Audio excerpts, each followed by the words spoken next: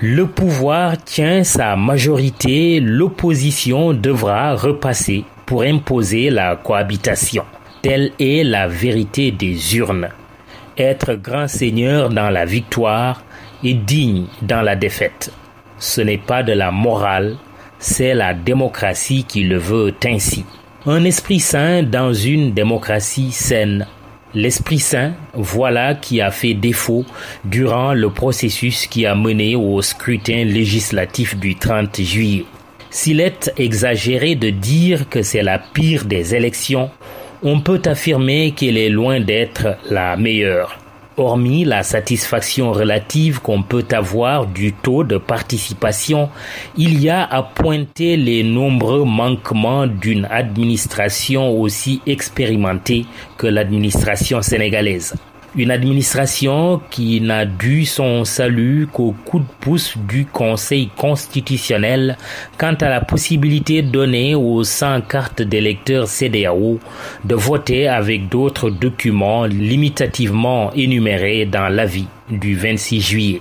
Quant au taux de participation, par parenthèse, le professeur Serigne Diop enseignait en première année de droit que si le vote est l'expression du suffrage, l'abstention est un comportement électoral. Ce taux de participation, un peu au-dessus de 50%, est d'ailleurs à lire à l'aune du feu vert salvateur à titre exceptionnel du Conseil constitutionnel. On peut l'attribuer aussi à la modification par les députés ramotés d'urgence du code électoral pour éviter aux électeurs de subir le supplice des 47 bulletins par le choix d'un maximum de 5 bulletins de vote. Du début à la fin, le processus électoral a été émaillé de colmatage tellement les dysfonctionnements étaient criants. Le pays qui vote depuis 1848 a offert à son monde un processus si mal en point qu'il a donné par moments l'image d'un malade admis aux urgences. D'où les multiples interventions chirurgicales.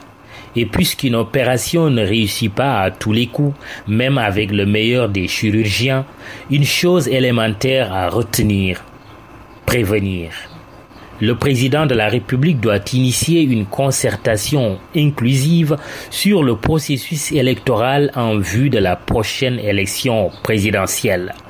En rapport au dialogue national, il a là une belle occasion d'en reprendre l'initiative. Faute de quoi, dans de telles conditions, 2019 pourrait être très risqué pour la paix sociale du pays.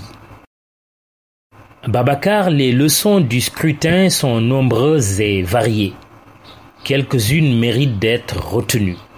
S'agissant de l'opposition, le scrutin de dimanche révèle qu'elle a été victime de sa propre désunion. La vérité des urnes est que les deux principales coalitions, Manko Taxawu Sénégal et Wattu Sénégal, auraient été plus fortes unies que désunies. Les résultats provisoires de Dakar en sont l'illustration parfaite. Près de 34% seulement pour Benno, qui tout en étant minoritaire face aux dites coalitions réunies, rafle les 7 sièges de la capitale. Des opposants qui ont oublié le b.a.-ba de la politique. L'union fait la force. Avec son éphémère Manko Wattu Sénégal, l'opposition significative aurait pu remporter plusieurs localités et non des moindres. Mais c'était sans compter avec les égos surdimensionnés. Les résultats, bien que provisoires, rendront certains plus humbles. Un mal pour un bien pour les opposants dans la perspective de 2019. Du côté du pouvoir, le président Macky Sall confirme son intelligence et son expérience de la matière électorale. Il n'avait pas coiffé tout le monde au poteau en battant son ancien mentor Wade pour rien.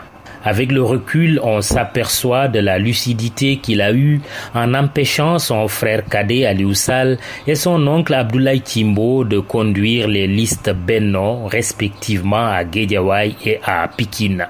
Le faisant, il a non seulement privé l'opposition d'un thème de campagne qui aurait pu faire mal, la dévolution dynastique, mais aussi il s'est évité une pression tant familiale que politique.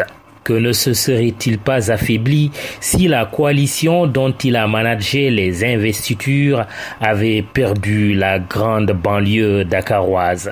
À l'actif du président Sall, il y a aussi les deux révélations dans son camp que constituent son premier ministre Mohamed Dionne et son ministre de l'économie Amadou Ba. Le premier comme chef de troupe au plan national, le second comme tête de liste à Dakar. Dionne et Ba prennent ainsi de la bouteille et leur performance électorale annonce une redistribution des cartes tant dans le camp présidentiel qu'au sein du paysage politique en général. Toutefois, il y a pour le chef de l'État le passif du bilan. Suivant les estimations, le vote populaire, à peine 50% des suffrages exprimés pour Benno, révèle qu'à côté d'une victoire au premier tour, sa mise en ballottage dans 2 ans n'est pas une hypothèse fantaisiste, quand bien même l'expérience électorale montre que par ce qu'on appelle le quotient personnel, un président sortant fait souvent mieux que son parti ou sa coalition. La présidentielle de 2019 est plus que jamais lancée et relancée.